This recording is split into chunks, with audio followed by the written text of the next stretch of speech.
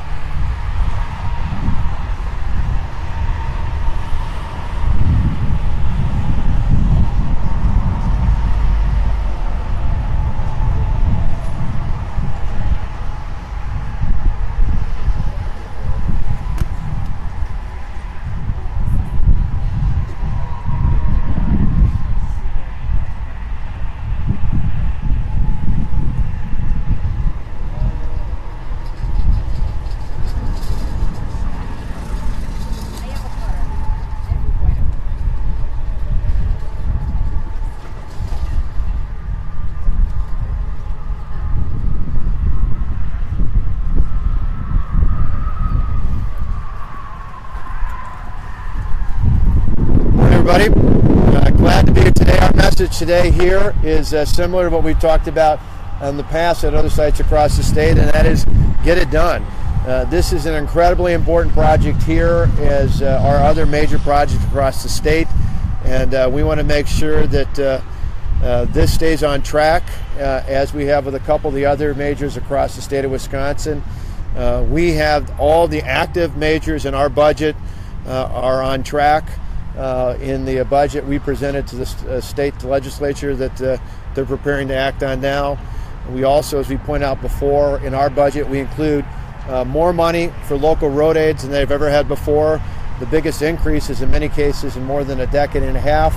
We're putting more money into state highway rehab than ever before, all with the idea being that we're responding to the listening sessions we heard in all 72 counties across the state, where many people at those sessions, in addition to talking about education and economic development, also talked about their interest in transportation. And specifically, when we held these listening sessions over the last year, said, we want you to help us fix local roads, bridges, fill potholes, and we want the major projects to stay on track. That's what this budget does. It does all that without a gas tax or a vehicle registration fee. It also does it with the lowest amount of bonding for transportation that we've had since before 9/11. And so we think this is a budget that's done well. We appreciate the leadership, Department of Transportation, and our partners who help in the private sector put plans like this together and then implement them. And so we're thrilled to be here today to highlight that yet again. Our hope would be that the transportation budget would remain to be included in the overall biennial budget that the legislature will act on. The critical part of that is there has been some talk, at least, about separating it out. That hasn't been done in more than 2 decades. I think that would be a big mistake. For us, it's important to get it done as part of the larger budget. It will help us address some of the hopes I think that lawmakers have, but taking it out only opens the door towards delay And in a worst case scenario, if the legislature failed to act on a budget, obviously unlike the federal government, we don't shut down, in this case even for transportation, but that would mean funding levels would remain the same, and you wouldn't have enough of an increase in the majors. You wouldn't have enough, obviously, to provide the local road aids that we talked about either. And so our concern would be that is with no transportation budget, you have about a 45% reduction in the active majors that we have, and then that would force DOT to try and have to scramble to readjust where its priorities would be. We want to keep these things on track. Our message is simple for the legislature, for the public. Let's just get it done. For that, I'll take questions. Governor, this project specifically is $130 million over budget. It's already a year late. Can you account for that? Well, again, in this budget, we want it to be on track for where we have it now. We want it to go forward. We don't want to see any delays related to the timing of the budget or whether there is a transportation budget at all. But I think you've already seen in this year that Secretary Dave Ross has stepped up to work with both our employees, the Department of Transportation, and with our partners to look for ways to save money. We already seen a combination of almost $100 million. It's about a third of which is from greater gas tax revenue than we expected, but the 2/3 of the remaining of that amount of savings of almost $100 million is really through the leadership of the Department of Transportation looking at projects, and instead of just putting that back in, savings off of LETs, is laying that forward and saying we can use that to accelerate projects going on now to free up more money in the next biennial budget for work that the legislature wants to see done as well.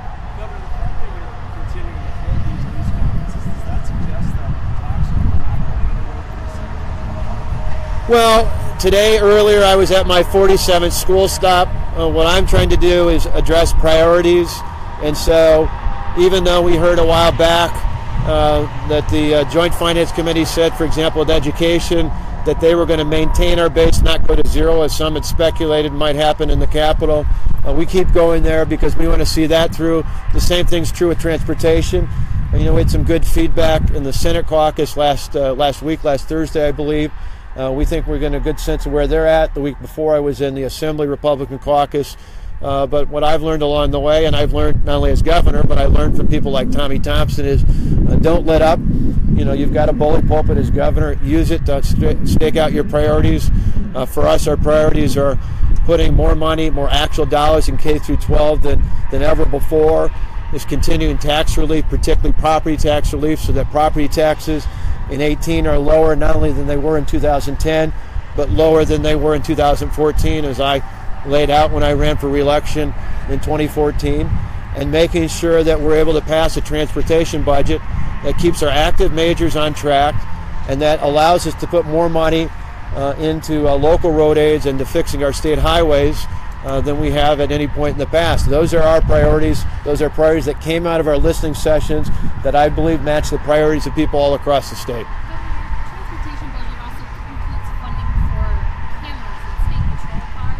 Can you talk about why all of the cars don't have cameras now, how much this funding is needed, and if you're concerned about this same delay possibly affecting that? Well, we think it's an important thing going forward for the state patrol. It's why we include it in the budget. And obviously any of the things that are about additional money, so whether it's additional monies that are needed to keep the majors on track, additional money for state highway rehab, additional money for locals, or in this case, additional dollars for the Wisconsin State Patrol for that particular expenditure.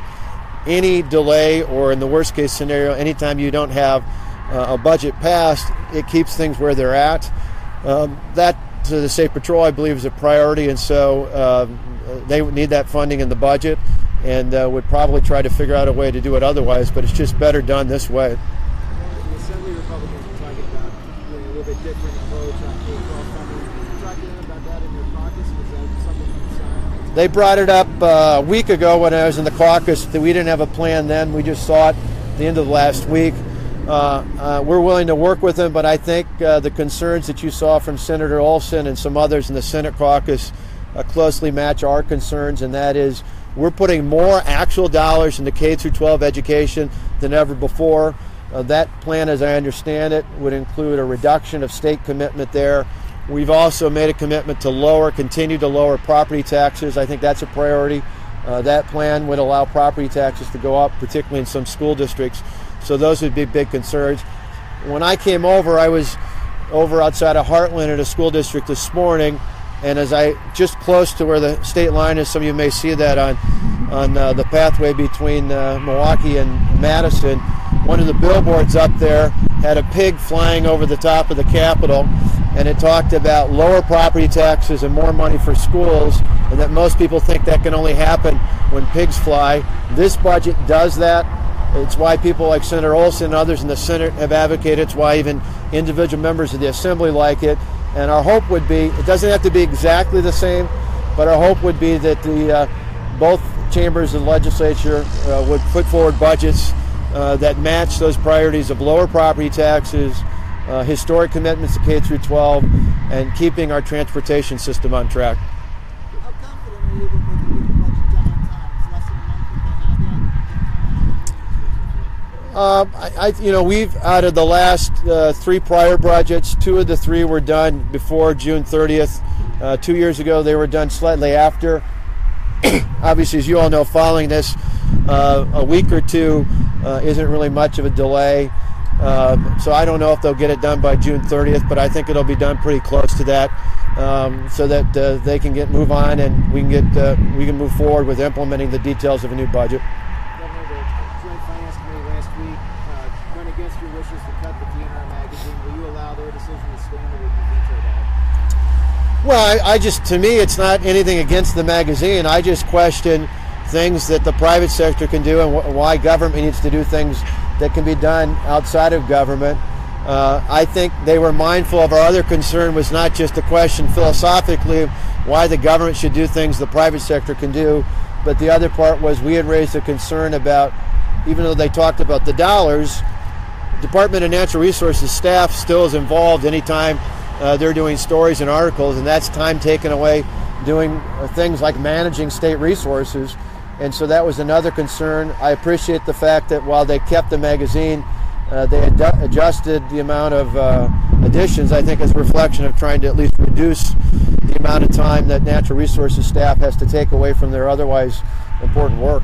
Governor, after the terrorist attack in London yesterday, President Trump has made 2 tweets out basically attacking the mayor of London. Is that the right call the day after a terrorist attack?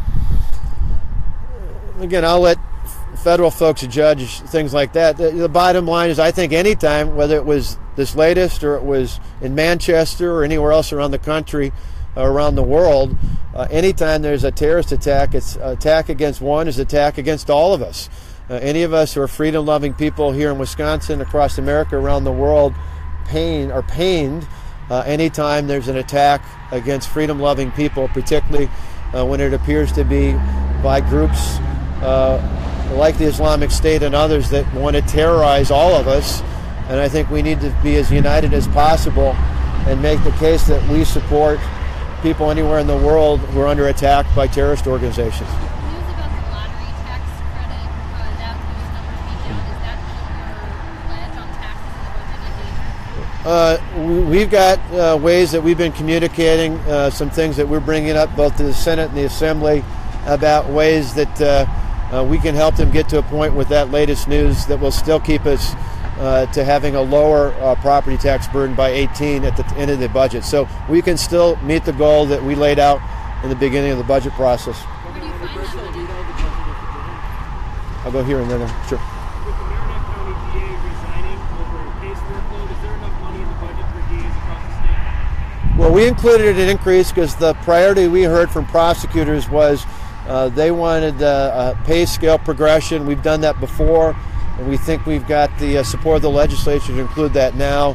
The big concern why pay progression was a bigger deal than the number of prosecutors was because the concern, they said, that if you don't have the lower pay scales increased, you keep bringing people in, training them, and then they go elsewhere. I had that issue years ago when I was a county executive, and we raised the pay scales for entry-level deputy positions so they wouldn't be trained and go off to surrounding police departments and other law enforcement agencies.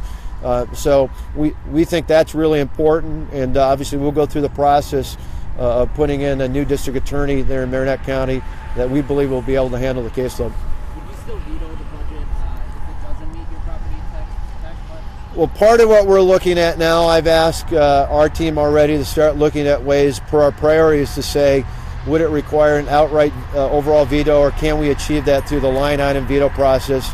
We think there still might be some ways that we can get to that, but the best way to do it is just, we're willing to make adjustments. It doesn't all have to be exactly our way, but the bottom line is I do not want to see property taxes go up. And so if they give us a budget in a different format that does that, we'd be inclined to support that as long as it meets that criteria.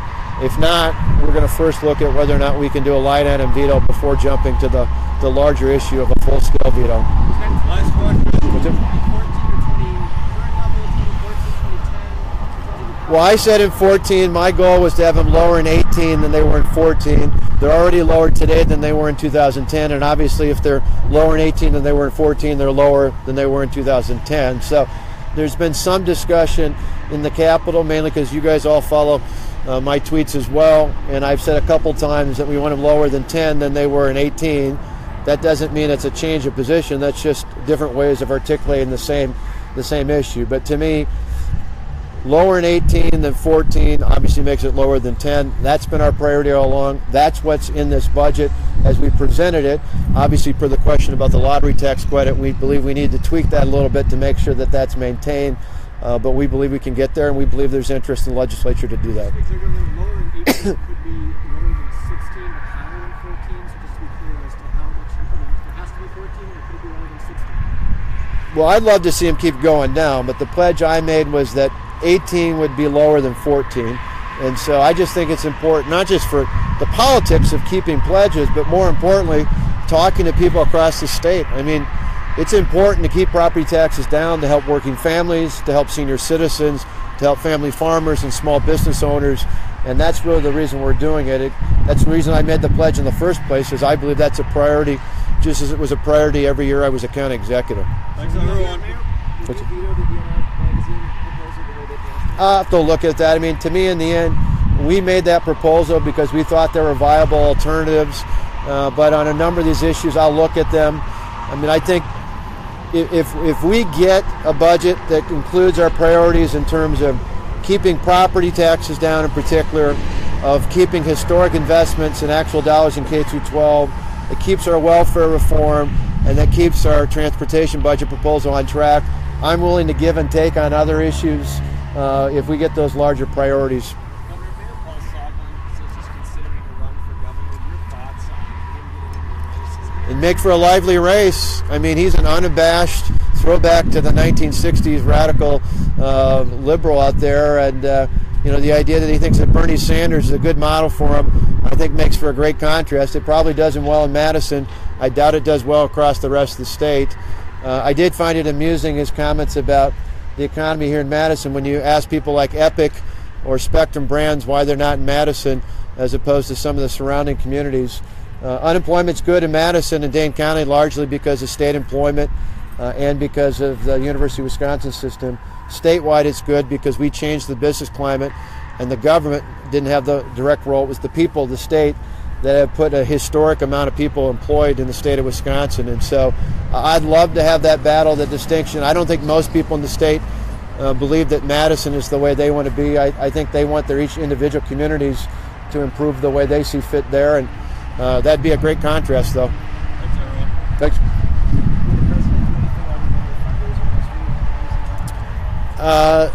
We're in some discussions. We'll wait to see till they confirm it, but we'll let you know as quickly as possible.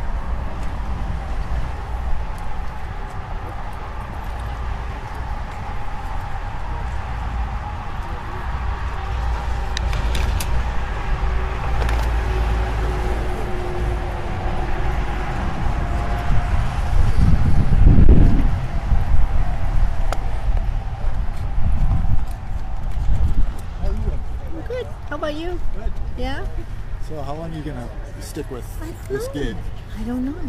I mean, I'm not chomping at the bit to leave. Yeah. I work 3 days a week. Oh, that's nice. So, I don't know. Maybe 10 years?